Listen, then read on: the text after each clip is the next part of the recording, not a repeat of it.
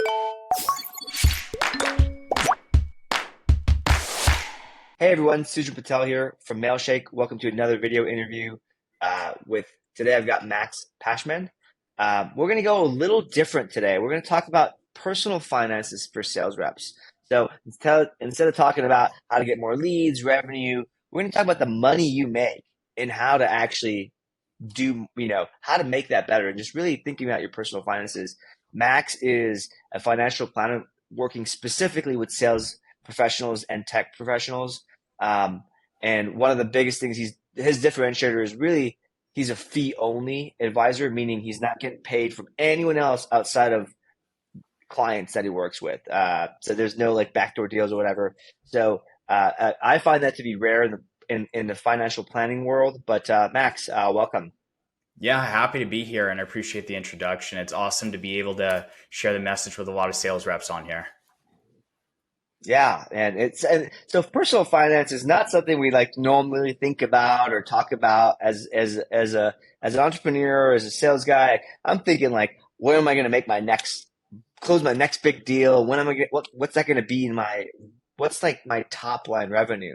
You have taxes and all that stuff, but I guess like high level, how do you even start to think about kind of getting started with coordinating and getting your personal finances in order as a sales rep?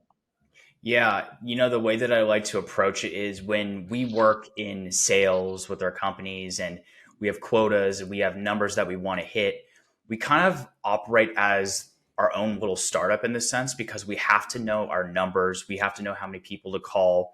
We have to set a certain amount of meetings. We put all of these numbers together in an effort to create a certain amount of revenue. And I see that a lot of people are very creative in this area because they're very adamant about creating income. Who isn't, right?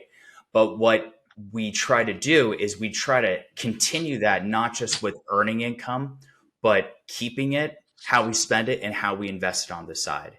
And what I do is I help people try to keep up that number crunching when it comes to their own finances, because while it's great to work on your revenue with your own company, with what you earn and what you keep, it's like you have your own startup at your own home in a sense. So my goal is to make sure that a lot of the sales reps understand that it works on both sides of the spectrum. You try to work your numbers on how much revenue you get. But you also got to work your numbers on how you keep it and you invest it into your future self. Nice. So let's say you get a big fat commission check. What do you uh what do you do? What do you do with that? Yep, it's the $1 million question, right? I think that there's a reason why we put the word personal in front of finance because it could lead to so many different things with your own money.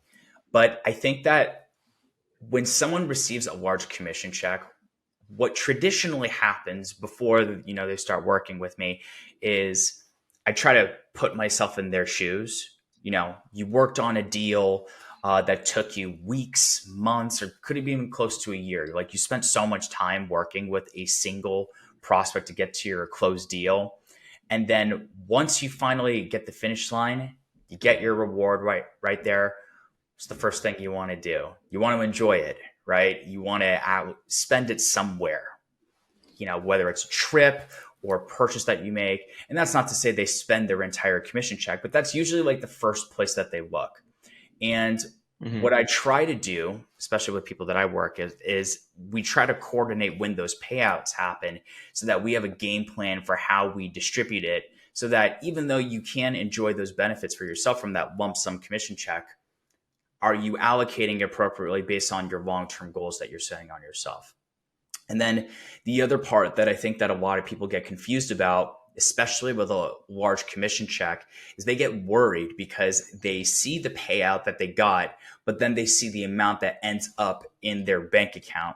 And they start to say to themselves, oh, this was not a good idea because I got taxed so much. Well, the reality is that you didn't actually get taxed more. What happens usually is you get withheld more in taxes from your commission check. So your employer just simply takes more out from the paycheck. But if they take out more than they should have, you usually get it back in the form of a refund.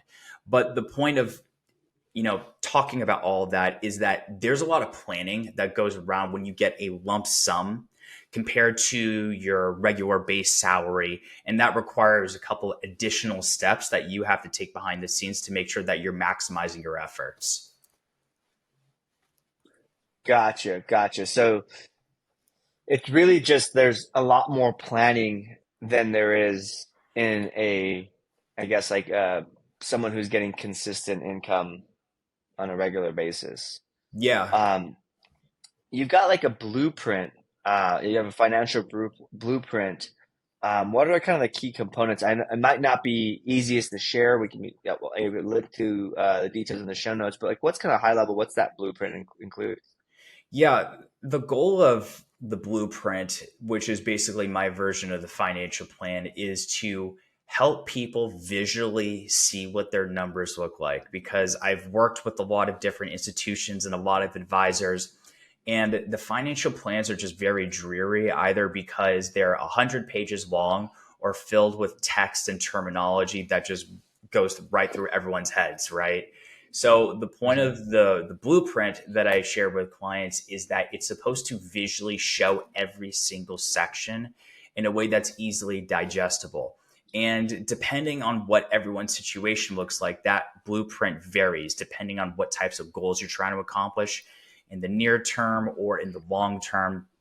So a lot of the areas that the blueprint can cover is managing your cash, debt, investing, retirement, financial independence, equity compensation, estate planning, insurance, real estate, you name it. It illustrates every single section that you want to actually look over. And I think it's important for everyone to have some kind of blueprint in their situation because they need to fall back to a plan when all else fails. When things go out of place, whether it's an emergency that occurs or if you change a job or even lose a job, you have to make sure that the plan that you set in play is going to help you redirect and stay on course to what you want to do. And it gives you some direction of what to do in the meantime.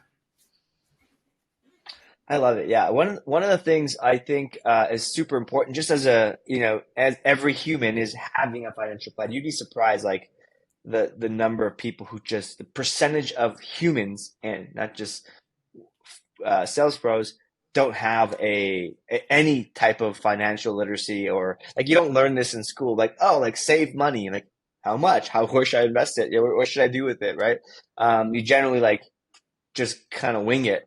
What I love about what you do is your services are kind of a couple $100s a month with an initial setup fee, and it's available for folks that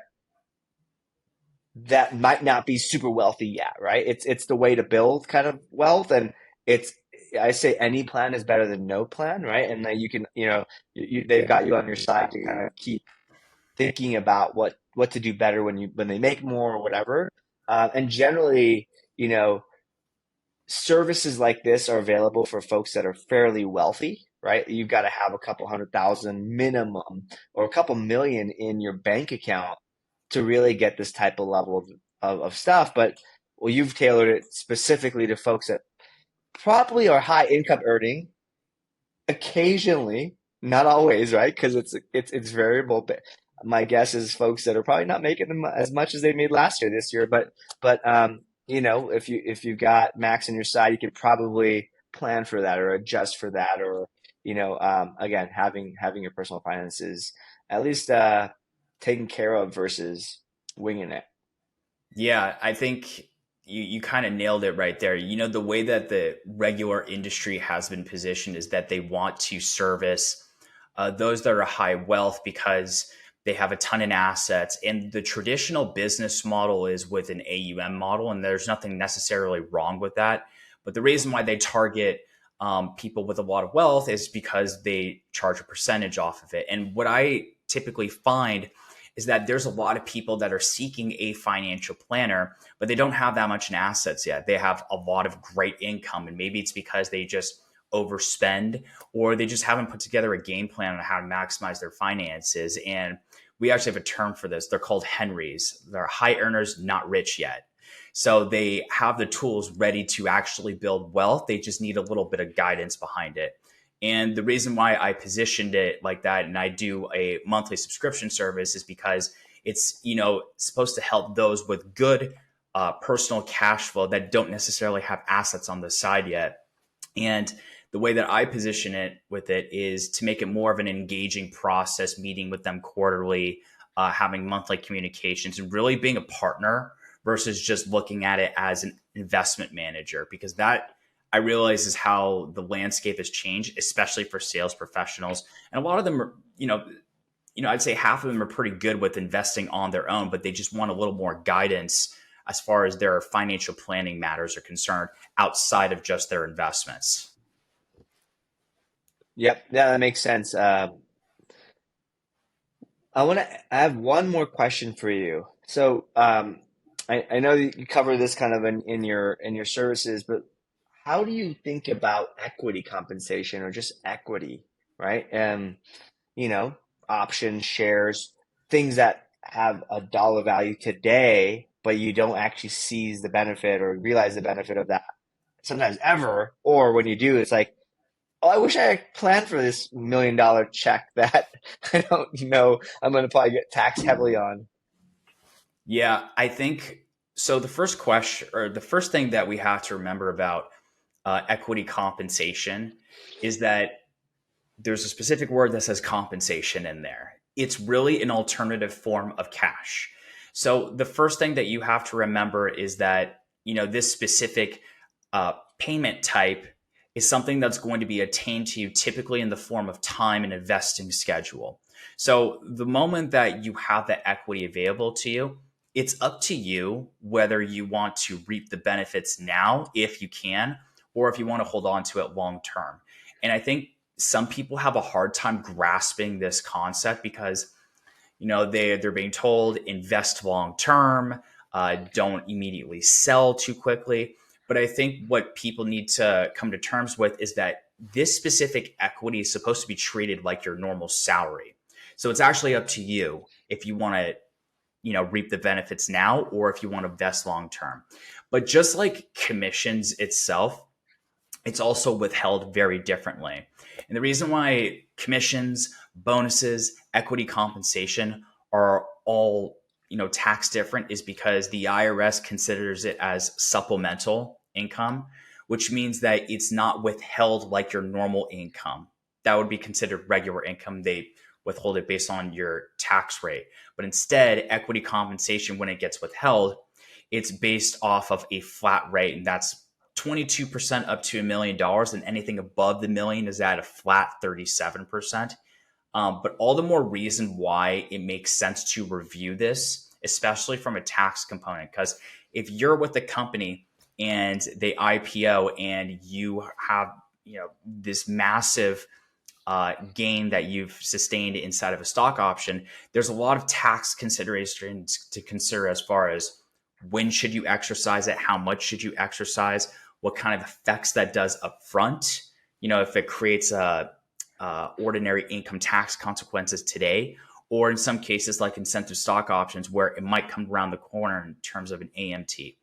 The point of illustrating all this is generally more complicated than a lot of the other topics. So if you ever have equity compensation, it's best to reach out to a financial professional or a tax professional, because a lot of this stuff you shouldn't be doing on your own. You can kind of coordinate it with your coworkers as far as what they have done and what makes the most sense. But you have to remember that your situation is different from everyone else's. Your income's different, your expenses are different, your goals are different, your short-term needs are different. So it's important that you reach to someone out and make sure that you get a secondhand opinion to see if it's a right fit for you. Love it, love it. I think the the hard part here is like if you're an expert in your field, let's say you're a doctor, you can still suck at finances. Like not you can't the amount of energy it takes for you to get good at this stuff, you're losing on opportunity cost of doing what you actually know, right? And so my 2 cents is go hire Max or like go explore financial planners, hire them, spend the money, get your time back. You have someone trusted to do the things that to help your money make money or minimize taxes or all that stuff, long term. you know, planning, and then do what you do best and get better at that, right? Like I can get better at marketing or product in hours. And if I spend hours on financial planning, I will be 1% of good as what you are, right? Just from your experience and all that stuff. So, yeah, that's it. Max, where can people go to learn more, hire you, what have you? Yeah, absolutely. The three best places are on my website at pashmanfinancial.com. You can find me on LinkedIn. I'm mostly active on there, or you can find me on Twitter as well. I usually engage with a lot of financial planners on there. But if you ever want to reach out with any questions, I'm happy to help out. Just shoot me a DM anytime.